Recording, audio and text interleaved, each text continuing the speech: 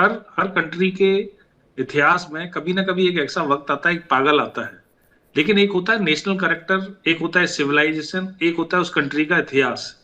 लेकिन हम अगर सिर्फ उसकी प्रेजेंट लीडरशिप को उससे जोड़ के देखें तो वो सही नहीं है। क्या ट्रम्प को आप अमेरिका के इतिहास से जोड़ के देख सकते हैं? नहीं। क्या आप खामेनेई के इतिहास से ईरान की सिविलाइजेशन और ईरान को, जो आपने भी बोला कि इजराइल को पहले मान्यता देने वाला, वो कंट्री तक जोड़ सकते हैं? नहीं। हिंदुस्तान में औरंगजेब, बाबर, अकबर कितने आए, बदल गए, हर आदमी ने अलग तरीके से शासन किया। क्या वो सिविलाइजेशन खत्म हो गई? क्या वो कैरेक्टर खत्म हो गया? नहीं। तो एक पागल आदमी आता है जो उसको बर्बाद कर देता है, सालों की मेहनत को।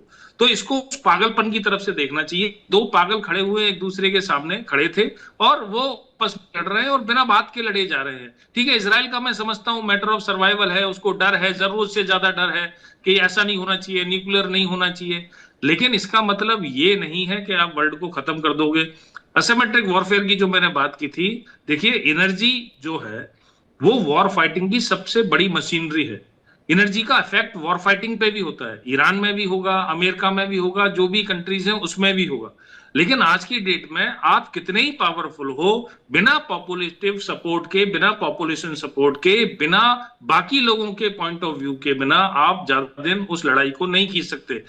The Britain, Germany, Australia, Spain, सब जो धीरे धीरे आवाजों में बात कर रहे थे, सब ने हाथ खड़े कर दिए, ये हमारी लड़ाई नहीं है। ट्रम्प के घर में क्या हो रहा है आपने अच्छे से बता दिया, मुझे एक्सप्लेन करने की जरूरत नहीं है। तो एनर्जी सिक्योरिटी और एनर्जी सबसे बड़ी चीज है। पर यही बात अगर आपको याद हो, अगर आप उस समय, पता नहीं मुझे इसी न्यूज चैनल पे थे कि नहीं, कोरोना में हम इससे भी बड़ी बड़ी बातें कर रहे थे, अब क्या होगा।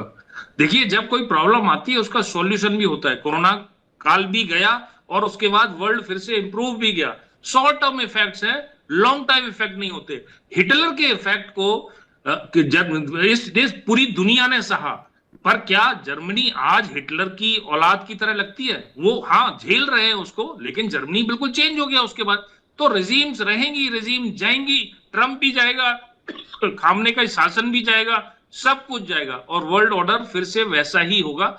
हमें ज्यादा चिंता करने की जरूरत नहीं है, पर डेफिनेटली हमें ये डिस्कस करने की जरूरत है। जो गलत है उसको गलत बोलना, जो सही है उसको सही बोलना। इंटरनल प्रेशर बहुत ज्यादा है ट्रम्प के ऊपर। सितंबर में मिड टर्म इलेक्शन है।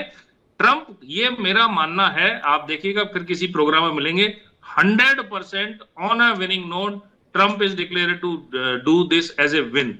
एंड उसके बाद स्टेट ऑफ हॉर्मुज खुले ना खुले, वो चाहे स्टामर साहब मेहनत कर रहे हैं या कोई कर रहे हैं, वो खुल जाएगा, चाहे वो इंडिया मोदी जी को बीच में आना पड़े।